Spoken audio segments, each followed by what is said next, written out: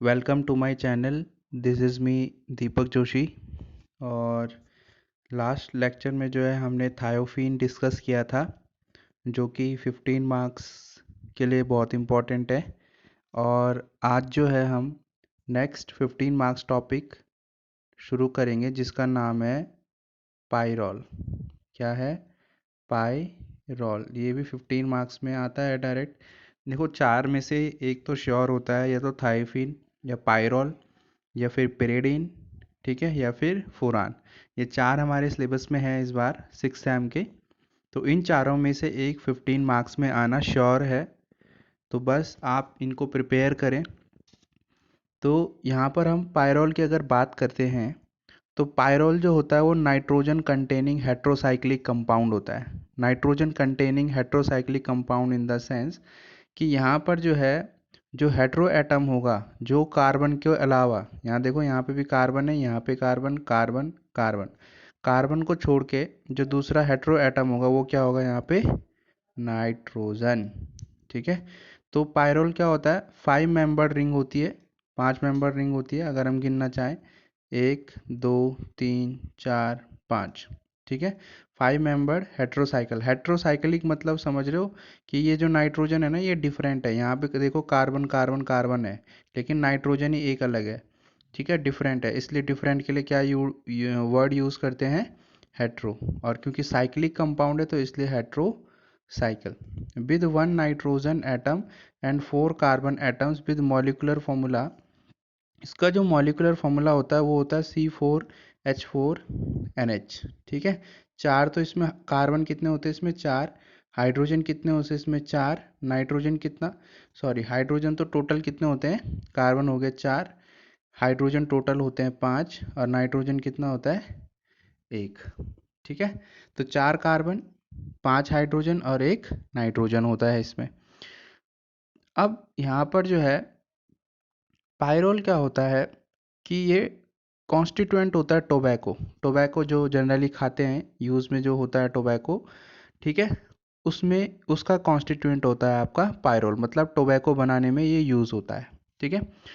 दूसरा ये ध्यान रखना कि जो पायरोल है वो कॉर्न में मिलता है हमको। कहाँ मिलता है? कॉर्न। कॉर्न होता है मक्का। मक्का जो होता है उसमें भी पायरोल होता है। नेक्स्ट ध्यान देना है कि जो पायरोल कंपाउंड होता है वो फ्लेवरिंग इंग्रेडिएंट होता है। फ्लेवरिंग मतलब फूड इंडस्ट्री में इसको बहुत ज़्यादा as a flavouring agent use करते हैं, राइट। टू फूड का जो टेस्ट हो, ताकि बढ़े फूड का टेस्ट जो होता है वो इंक्रीज़ किया जाता है पायरोल के हेल्प से। ठीक है। अब इसकी सिंथेसिस देखते हैं। सिंथेसिस मैंने जब आपको फुरान पढ़ाया था, फुरान के मैंने यूजेस बताए थे कि ये पायरोल और अदर ऑर्गेनिक कंपाउंड्स को फॉर्मेशन के लिए यूज़ होता है। तो पहली जो सिंथेसिस है पायरोल की, वो है फुरान से। अगर आपको फुरान नहीं पता तो आप प्रीवियस लेक्चर देखें, ठीक है, उनको मैंने डिस्कस करा हुआ है। तो फुरान में क्या होता है? देखो, फुरान होता है oxygen containing heterocyclic compound, 5 member होता है ये भी। तो अब हमको पता क्या है कि जो पायरोल होता है वहाँ पर नाइट्रोजन होता है, इस तरह का स्ट्रक्चर होता है। अगर हमें ऐसा कोई कंपाउंड मिल जाए जो हमें ये नाइट्रोजन दे सकें, तो हमारा वर्क क्या हो जाएगा? बहुत आसान हो जाएगा। और ऐसा एक कॉमन कंपाउंड होता है जिसका नाम होता है NH3, यानी अमोनिया। अमोनिया क्या करता है? एक नाइट्रोजन डेरिवेटिव है, नाइट्रोजन का कंपाउंड है। ठीक है। तो ये क्या करेगा? हाई टेम्परेचर पे यानी 450 डिग्री सी पर रिएक्शन करके क्या देता है? पायरोल देता है। तो पहला है क्या? फ्रॉम फुरान, जिसमें क्या होता है? ये अमोनिया के साथ रिएक्ट करके 450 डिग्री सी पर पायरोल का फॉर्मेशन करता है। नेक्स्ट जो है हमारे पास वो है hatch reaction, hatch pyrrole synthesis, hatch बोलेंगे इसको। ठीक है। यहाँ पर हम एक तो लेते हैं beta keto esters. Beta keto ester क्यों बोल रहे हैं? देखो, ये जो कंपाउंड होता है ना, ये ओ आर जहाँ पे भी दिख जाए, ये होता है आपका एस्टर। क्या होता है ये? एस्टर। अब क्योंकि देखो, तो यहाँ पर जो है, क्योंकि बीटा पोजीशन पे भी कीटोन है, ठीक है, तो इसलिए क्या है? ये बीटा कीटो एस्टर। ठीक है। अब यहाँ पर एक तो हम लेते हैं बीटा कीटो एस्टर और एक लेते हैं अल्फा हेलो कीटोन्स। तो अल्फा कौन सा होगा, देखो ये फंक्शनल ग्रुप है, ठीक है, ये फंक्शनल ग्रुप के बाद वाला कार्बन कौन सा है, ये वाला। तो इस पर क्या है, अल्फा। तो अल्फा पे क्योंकि कीटोन लगा हुआ है, अल्फा कार्बन पे कीटोन लगा हुआ, तो इसलिए अल्फा हेलो कीटोन। हेलो किसके लिए आया, क्लोरीन। क्लोरीन क्या है, क्लोरीन ब्रोमीन, फ्लोरीन, आयोडीन, ये सब क्या है, हैलोजेंस है। तो हैलोजेंस के लिए हेलो यूज होता है। तो अल्फा पे alpha alpha hello ketones, alpha पे क्या है आपका, कीटोन है। अब यहाँ पर, तो यहाँ पर जब इसकी इनकी रिएक्शंस होती हैं आपस में, तो क्या बनता है आपका, पायरॉल। यहाँ पर देखो एस्टर्स भी जुड़ गए, सारी पोजीशंस जो है ऑक्यूपाइड होगी, ठीक है। R1 R2 क्या है, ये क्या है, R1 R3 R4 R3 R1 OR2, ये तो एस्टर है, ठीक है। ये अल्काइल ग्रुप है, ये वाले जो है अल्काइल ग्रुप कौन कौन से होते हैं, CH3। इनकी जगह ये लिखा हुआ हो सकता है R की जगह, ठीक है। समझ गए बात।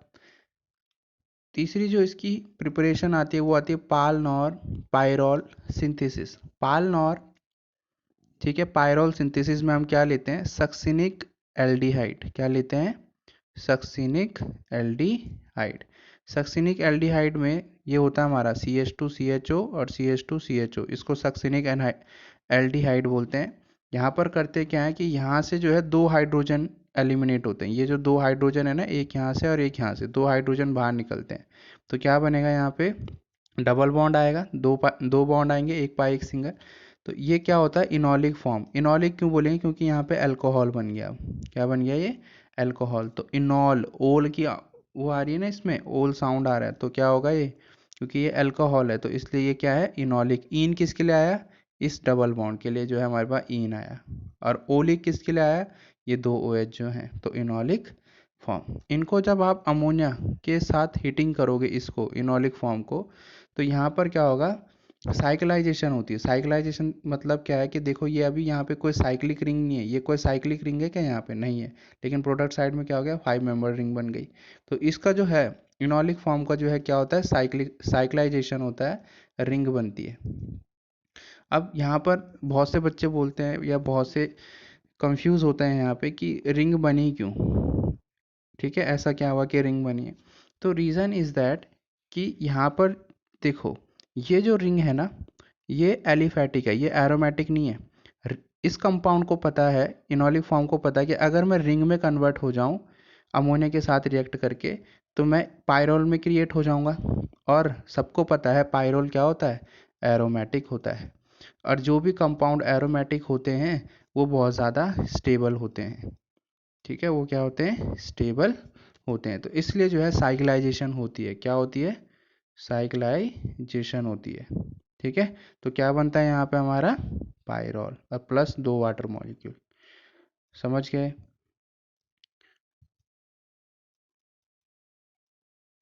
अब जो इसकी चौथी प्रिपरेशन है वो है फ्रॉम एसिटिलीन। एसिटिलीन बहुत बेसिक है, सबको पता होता है, CH ट्रिपल बॉन्ड CH। इसके हम दो मॉलिक्यूल्स लेते हैं और इसको अमोनिया के साथ रेड हॉट ट्यूब होती है, उसमें हम रिएक्शन कराएंगे। तो हमारे पास क्या मिलेगा, यहाँ पर पायरॉल। क्या मिलेगा, ये पायरॉल। पायरॉल को आप ऐसे भी लिख सकते हो, ठीक है। और जब आप उसे ओपन करोगे ना, तो pyrrole can be written like this, इस तरह से भी हम उसे लिख सकते हैं, ठीक है।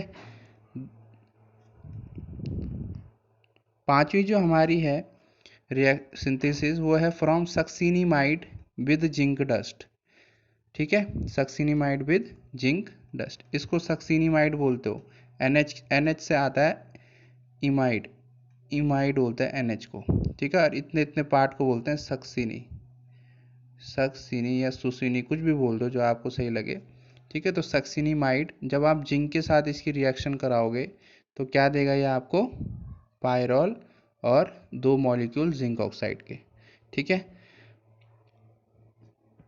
अब जो है यहाँ पर फिजिकल प्रॉपर्टी आती है पायरॉल की। फिजिकल प्रॉपर्टी में क्या होता है कि एक तो ये क्या है, कलरलेस है, वोलाटाइल है। समझ रहे हो, वोलाटाइल मतलब ये इवेपोरेट जल्दी हो जाता है, जल्दी इसके जो है गैसियस वेपर बन जाते हैं, उड़ जाता है ये, ठीक है। इसका हाई टेम्परेचर होता है, बॉयल मतलब 131 डिग्री सी पर ये बॉयल होता है। ठीक है, वाटर तो 100 डिग्री से मतलब वाटर से भी ज़्यादा बॉइलिंग पॉइंट है इसका। ठीक है, स्पैरिंगली सॉल्युबल होता है। स्पैरिंगली का मतलब क्या होता है? स्पैरिंगली का मतलब होता है जो कि बहुत धीरे धीरे डिजॉल्व होते हैं वाटर्स में। ठीक है, बहुत स्लो डिसोल्यूशन होता है जिनका वाटर में, उनको क्या बोलते हैं? Sparingly soluble. तो ये स्पैरिंगली सॉल्युबल है, बहुत जल्दी जो है वाटर में डिज़ोल्व नहीं होता, बहुत स्लोली ये डिज़ोल्व होता है, एकदम से डिज़ोल्व नहीं होता। तो जो स्लोली डिज़ोल्व होते हैं, धीरे धीरे डिज़ोल्व होते हैं, उनको हम बोलते हैं स्पैरिंगली सॉल्युबल। आपने सुना भी होगा sparingly soluble salt, AgCl, silver जो भी होता है, सिल्वर हेलोजेंस के जो भी सॉल्ट होते हैं, ये क्या होते हैं? स्पैरिंगली सॉल्युबल होते हैं, ये PPT बना देते हैं, राइट। तो ये तो इसकी फिजिकल प्रॉपर्टीज़ थी। अब आते हैं इसकी केमिकल प्रॉपर्टीज़ पे। तो सबसे पहला देखो इसका बेसिक कैरेक्टर है। ठीक है, बेसिक कैरेक्टर मतलब बेसिक कैरेक्टर होता है डोनेशन ऑफ इलेक्ट्रॉन।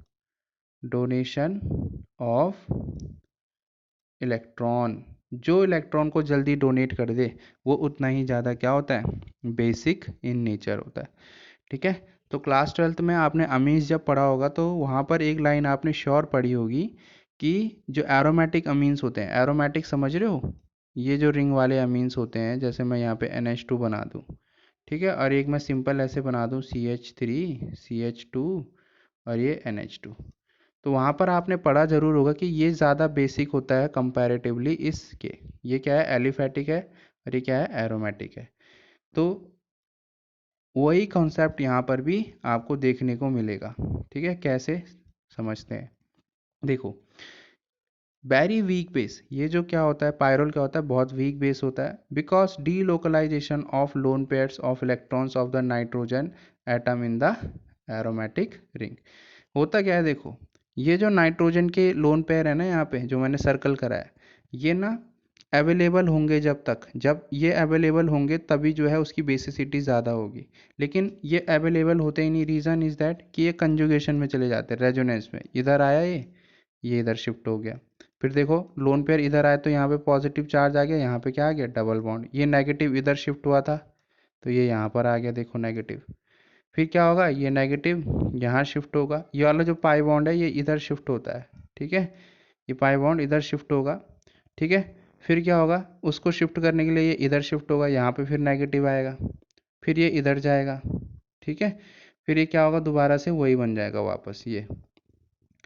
ठीक है, तो तुम देख रहे होंगे या आप लोग देख रहे हो कि जो ये लोन पेयर है ना, नाइट्रोजन पे अवेलेबल है ही नहीं। समझ रहे हो?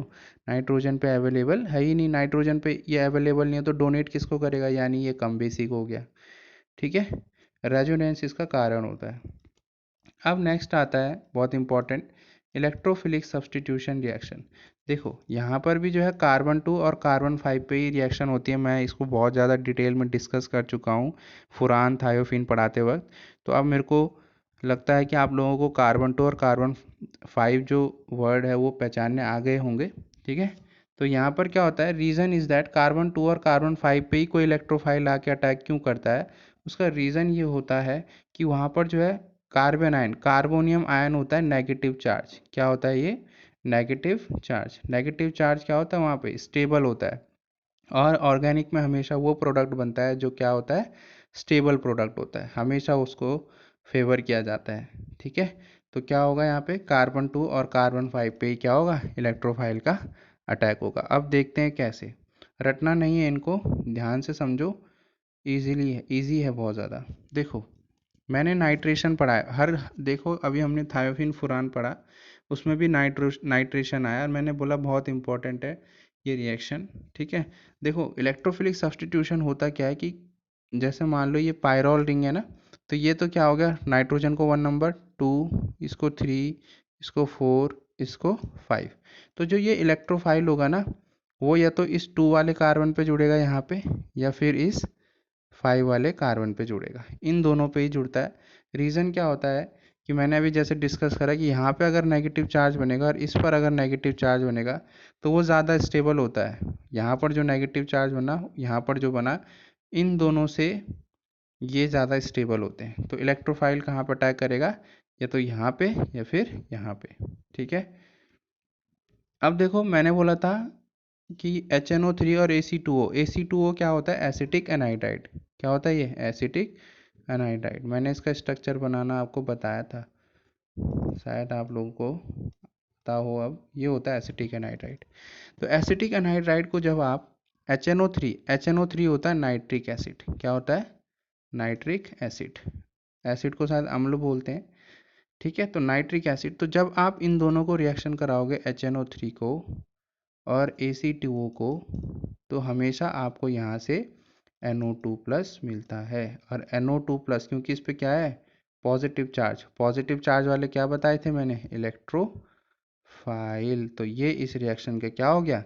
इलेक्ट्रोफाइल। मतलब यहाँ से हमें क्या मिलेगा? डायरेक्टली NO2 प्लस मिलेगा। ये कहाँ जाके अटैक करेगा? यहाँ पे, और या तो यहाँ पे, राइट। कहीं भी आप जोड़ दो। तो यहाँ पर ये क्या नाइट्रोजन, मैंने से फॉर एग्जांपल मैंने जो है इसको अटैक कराया है। आप कहीं पे भी कराओ, 2 और 5 पे कराने, लेकिन मैंने यहाँ अटैक करा दिया इसको, क्योंकि यहाँ पे नेगेटिव चार्ज होगा। नेगेटिव चार्ज होगा तभी तो ये पॉजिटिव वाला इधर अटैक करेगा, नेगेटिव की तरफ ही तो जाएगा। तो NO2 यहाँ पे जुड़ा, ठीक है। तो सिंस ये 1 पोजीशन है, ये 2 पोजीशन, नाइट्रोजन की पोजीशन 1 होती है हमेशा, ठीक है। कार्बन से ज़्यादा प्रायोरिटी किसकी होती है? नाइट्रोजन। तो 2 पोजीशन पे है ना NO2 ग्रुप, तो 2 नाइट्रो पायरॉल। इसके लिए क्या वर्ड यूज़ होता है? नाइट्रो। और ये जो रिंग है इसके लिए क्या यूज़ होगा? पायरॉल। समझ आ गया? अब है नेक्स्ट सल्फोनेशन। सल्फोनेशन का मतलब होता है कि SO3H ग्रुप को ऐड करना। किसको ऐड करना? SO3H ग्रुप को ऐड करना, सिंपली। तो यहाँ पर होता क्या है कि ये हमारे पास क्या है? पायरॉल है, ठीक है। पायरॉल में क्या करेंगे आप कि SO3, ठीक है, SO3 होता है, ठीक है, सल्फर ट्राईऑक्साइड। इसको आप पिरीडीन होता है हमारे पास, अभी हम पढ़ेंगे नेक्स्ट, हमारा यही है। पिरीडीन इस तरह का होता है, ठीक है, इस तरह का कंपाउंड होता है पिरीडीन, ठीक है। तो पिरीडीन 6 मेंबर वाला होता है। तो पिरीडीन के साथ इसकी रिएक्शन कराते हैं तो क्या क्या होगा? यहाँ से हमें क्या मिलता है? SO3H positive. अब नेगेटिव चार्ज यहाँ पे और यहाँ पे स्टेबल होता है, तो कहीं पे भी इसको अटैक करा दो, है ना। कहीं पे भी क्या करा दो? इसको अटैक करा दो। तो बस, सिंस मैंने क्या बोला? 1, ये 2 पोजीशन, तो 2 पे क्या लगा हुआ है? SO3H group. तो SO3H को क्या बोलते हो आप? सल्फोनिक बोलते हो। क्या बोलते हो? सल्फोनिक, ठीक है, सल्फोनिक बोलते हो। तो 2 पे क्योंकि SO3H ग्रुप जुड़ा है, तो 2 sulphonic pyrrole will be the name of this compound. अब नेक्स्ट जो है हम पढ़ते हैं हैलोजिनेशन। हैलोजिनेशन का मतलब होता है क्लोरीन, ब्रोमीन, आयोडीन, इनका जुड़ना। इनमें से किसी को भी अगर आप जोड़ रहे हो, किसी रिंग पे अटैच करा रहे हो, that means you are doing halogenation of this या ऑफ दैट कंपाउंड। यहाँ पर होता क्या है, देखो, ये पायरॉल है हमारे पास, ठीक है। क्लोरीनेशन करेंगे। क्लोरीनेशन मतलब समझ रहे हो? Cl जोड़ना। इसी को अगर हम Br जोड़े तो ब्रोमिनेशन हो गया, अगर हम I जोड़ रहे हैं तो आयोडीनेशन हो गया, ठीक है। तो यहाँ पर होता क्या है, ये होता है डाइसल्फाइड डाइक्लोराइड। ये क्या होता है? Disulphide dichloride. यहाँ पर क्या होता है कि एक्सेसिव में एक्सेस हम लेते हैं तो क्या होता है कि देखो, यहाँ से जो है हमें Cl positive, Cl positive, Cl positive excess में ले रहा है, तो बहुत सारे Cl पॉजिटिव मिलते हैं। तो नेगेटिव चार्ज मैंने यहाँ पे भी है, यहाँ पे भी होता है, यहाँ पे भी होता है और यहाँ पे भी होता है। तो यहाँ पे भी अटैक होगा, यहाँ पे भी अटैक होगा। जब एक्सेस में तो हर जगह अटैक होंगे, यहाँ पे भी अटैक होगा। तो यहाँ पर क्या मिलता है? 1, 2, 3, 4 एंड 5। तो देख रहे हो? 2, 3, 2 पे भी, 3 पे भी, 4 पे भी और 5 पे भी क्या है? क्लोरीन अटैच है। तो नाम क्या हो जाएगा? 2, 3, 4, 5।